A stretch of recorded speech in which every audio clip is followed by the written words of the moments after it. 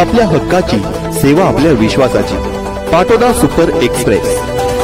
नमस्कार मित्रांनो, आपण आज आलो आहोत बाकरे वस्ती येथील. काल परवा जो पूर आला होता, या भयंकर पुरामध्ये सगळे नद्या नाल्या ओढे एकत्र झाले होते आणि असाच परिस्थिती ही पूल वाहून गेला होता.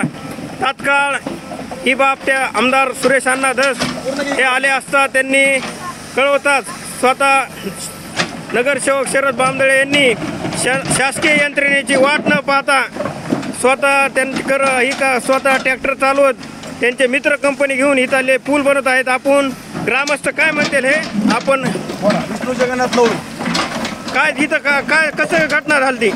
रात्री 24 घंटे पाऊस आल्यावर वाहून गेलं सगळं.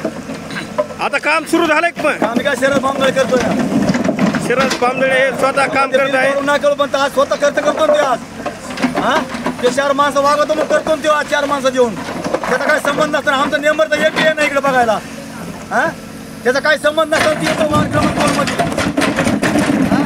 दखल घ्यावं, अण्णांनी दखल घ्यावायची. स्वतः ह्या वार्डाचे नगरसेवक नसतानाही काय नसताना शरद बामदळेंना हा विषय समजतात. त्यांनी शासकीय यंत्रणेचे किंवा अपेक्षा न ठेवता स्वतः त्यांची यंत्रणा वापरून हे काम सुरू केले आहे.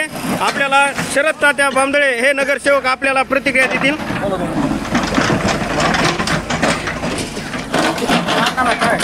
आपल्याला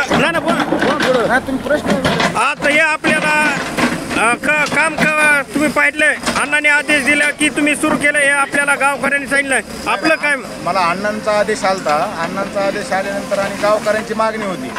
अण्णांचा आदेश, अण्णाला फोन केला. अण्णा मला असं करावं लागेल की बाबा म्हणलं स्थानिकच्या मेंबरला काय अडचण नसावं. म्हणलं मी काम उद्याच्या उद्या क्लिअर करतो आणि अण्णांच्या आदेशावर मी हे सगळं काम केलेलं आहे. जे काय खर्च होईल काय ते होईल, मी तो खर्च अण्णांच्या शब्दासाठी हे सगळं करून घेणार आहे. खर्चाने तात्या हे काम करत आहेत. अण्णाचा आदेश हा अंतिम आदेश मानून काम करणारे हे पाटोदा नगरपंचायतचे एकमेव नगरसेवक शरद तात्या आपल्याला दिसत आहेत की शासनाच्या रुपयाची अपेक्षा न ठेवता फक्त नेत्याने दिलेल्या आदेशाचं पालन करणारे नगरसेवक आणि स्वतः तिथं उभा राहून आपण ते काम करत आहेत. पाहू शकतात.